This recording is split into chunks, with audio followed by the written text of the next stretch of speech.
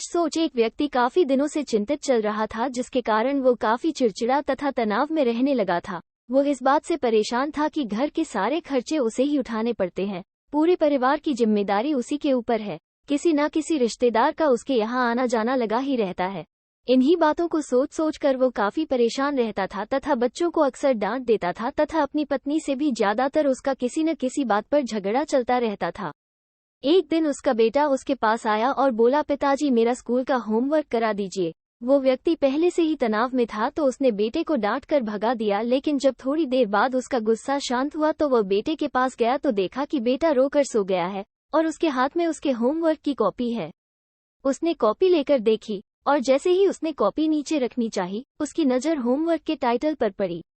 Homework का title था उंगली से नीचे की ओर इशारा, वे चीजें जो हमें शुरू में अच्छी नहीं लगती लेकिन बाद में वे अच्छी ही होती हैं।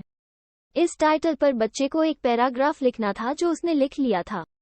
उत्सुकतावश उसने बच्चे का लिखा पढ़ना शुरू किया। बच्चे ने लिखा था, मैं अपने फाइनल एग्जाम को बहुत धन्यवाद देता हूँ क्योंकि शुरू में तो ये बिल्कुल अच्छे नहीं लगते लेकिन इनके बाद स्कूल की छुट्टियां पड़ जाती हैं।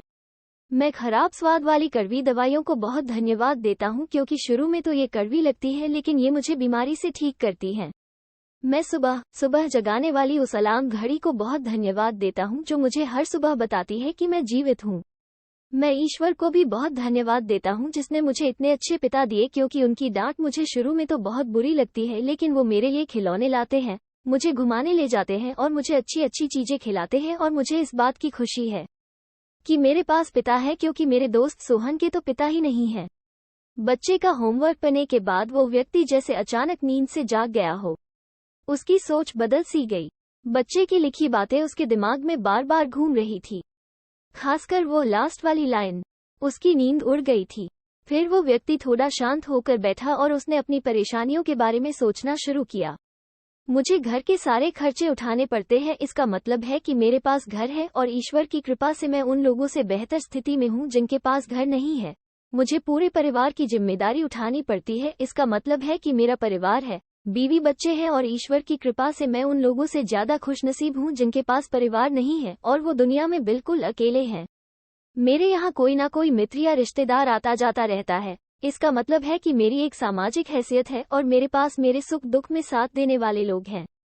हे मेरे भगवान, तेरा बहुत बहुत शुक्रिया। मुझे माफ करना, मैं तेरी कृपा को पहचान नहीं पाया। इसके बाद उसकी सोच एकदम से बदल गई। उसकी सारी परेशानी, सारी चिंता एकदम से जैसे खत्म हो गई। वो एकदम से बदल सा गया। वो अपने बेटे से लिपट गया, आंखों से आंसू बह रहे थे और मन ही मन अपने छोटे से बेटे से वो माफी मांग रहा था। बेटे के माथे को चूमकर वो अपने बेटे को तथा ईश्वर को धन्यवाद देने लगा।